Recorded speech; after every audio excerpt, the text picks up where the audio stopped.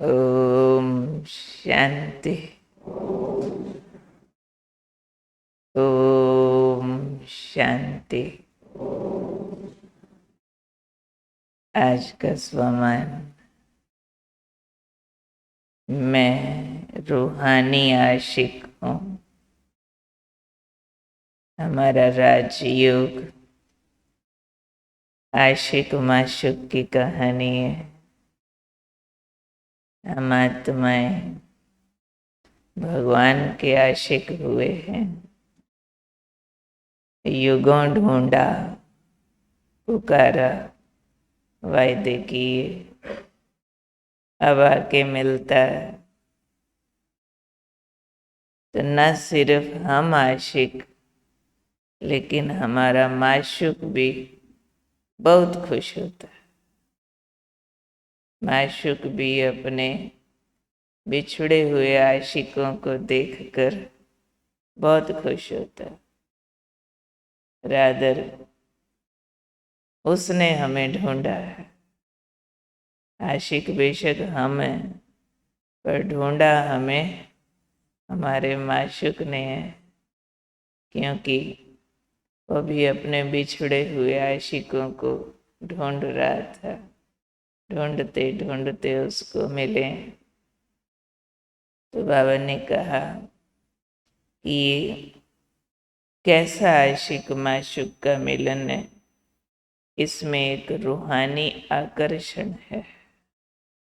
तो रूहानी आकर्षण में बंद करके आप माशूक के बन जाते हो, क्योंकि जब तक वो रूहानियत का आकर्षण न महसूस हो, तब तक आत्मा परमात्मा की बन नहीं सकती है। तो जैसे रूहानी आशिक बनते हो, रूहानी आकर्षण में आकर के, तो आपको लगता है, अंदर से आवाज निकलती है कि पा लिया, मिल गया, ठिकाने पर पहुंच गए। जब वो रूहानी आकर्षण अंदर महसूस होता है, और फिर जब इस मोहब्बत की लकीर के अंदर आ जाते हो, पहले रूहानी आकर्षण है, वो आकर्षण ठिकाना फील कराता, मंजिल फील कराता, पा लिया की फीलिंग देता है। पर जब मोहब्बत हो जाती है कि अब बाबा के बिना हम रह नहीं सकते, वो मुझे याद करता है, हम उसके प्यार में मगन हो गए, तो ऐसी जब मोहब्बत की लकीर के अंदर आ जाते हैं, तो सब प्रकार की मेहनत से छूट जाते।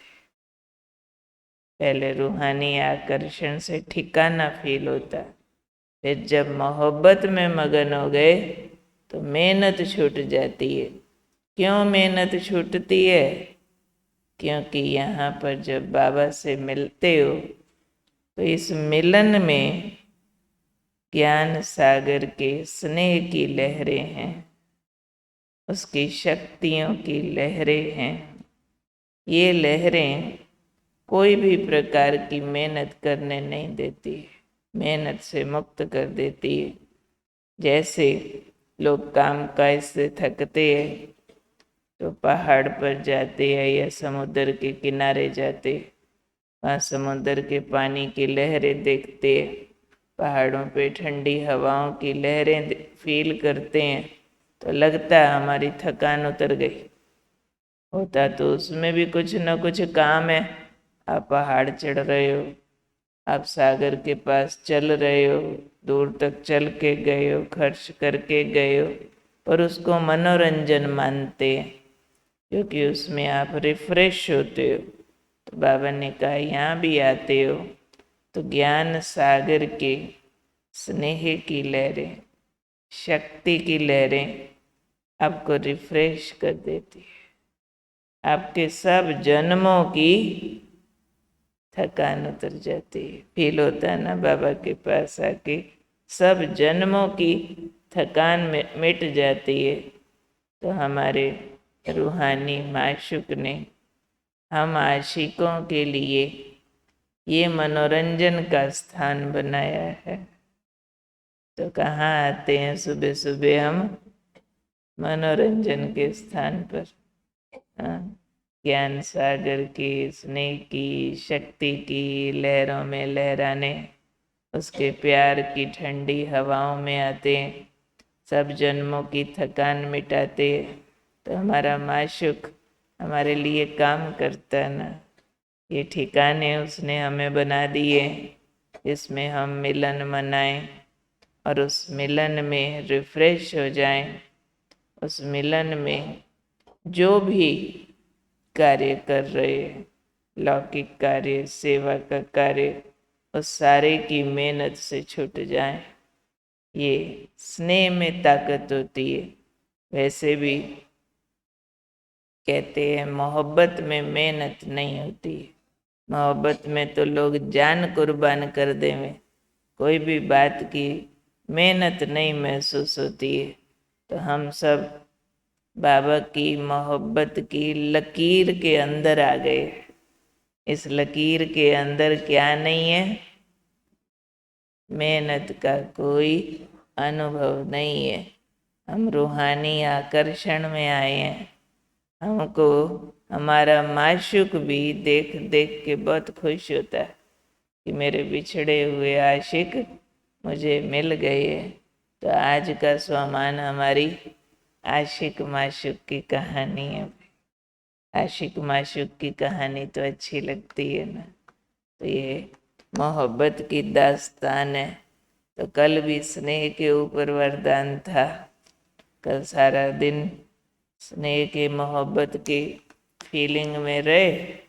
किस किस को कल का स्वमान याद रहा और उस स्नेह की फीलिंग रही रही रही। अच्छा, आज तो फिर याद रखना है, मैं तेरा आशिक तू मेरा माशूक। तू मुझे देख मैं तुझे देखूं। तू मेरे बिना नहीं रह सकते हो, मैं तेरे बिना नहीं रह सकती हूँ। बस पा लिया, मिल गया, ठिकाना मिल गया, मंजिल मिल गई। तुझे पाके अब और कुछ पाना बाकी राह नहीं है। मैं आत्मा तेरी हो गई, बस ये फाइनल मेरी मंजिल है। तो आज सारा दिन अपने को मोहब्बत की लकीर के अंदर रखना, महसूस करना कि जैसे हमारे चारों तरफ एक लाइट का कमरा बन गया। इस लाइट के कमरे में मैं आत्मा ज्योति जग रही हूँ। सामने मेरा बाबा जगमगा रहा है, उसके प्यार की लहरें आ रही है, उसकी शक्तियों की खुराक आ रही है। बस भरते जा रहे हैं, भरते जा रहे हैं, हल्के होते जा रहे हैं। सारी दुनिया की मेहनत के बोझ खत्म। ये मिलने का ठिकाना बाबा ने हमें मनोरंजन दे दिया है। तो हम राजयोगी मेहनत नहीं करते हैं, लेकिन मनोरंजन के, मोहब्बत के झूलों में झूलते रहते हैं। ऐसे ही है ना? ऐसे ही है ना? ऐसा तो गुरुवार के दिन बहुत अच्छा वरदाता ने हमें वरदान दिया है। मेहनत से मुक्त हो, मोहब्बत के झूलों में झूलने वाली मैं रूहानी आशिक आत्मा हूँ।